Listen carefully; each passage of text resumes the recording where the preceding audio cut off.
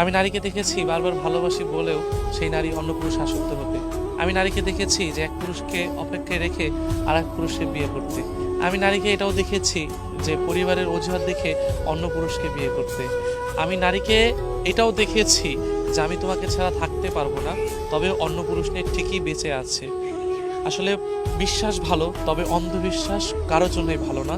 সেটা আমি আগেও বলেছি, এখনও বলছি। কারণ ভালোবাসায় যখন বিশ্বাসটুকু থাকে তখন হয়তো কিছু সময় ভালো থাকে, যখন অন্ধবিশ্বাস নেমে আসে তখন হয়তো কিছু স্বার্থতার কারণে ভালোবাসাগুলো নষ্ট হয়ে যায়। সমাজে এমন অনেক ভালোবাসা আছে, অনেক কিছু হয়েছে যেটা কিনা শেষ পর্যন্ত পরিবারের অজুহাত দেখিয়ে ভালোবাসাগুলো ছেড়ে চলে গিয়েছে। তবে কি জানেন যে এই যে সত্যিকারের ভালোবাসাগুলো মানুষগুলো ঠকে যাচ্ছে, সত্যিকারের ভালোবাসা দেখে আপনি যাকে বারবার বলছেন যে আমি তাকে ছাড়া ভালো থাকতে পারবো না, পরিবারের অজুহাত দেখে আপনি যখন সেই মানুষটাকে ছেড়ে চলে গিয়েছেন, একবারও কি ভেবে দেখেছেন যে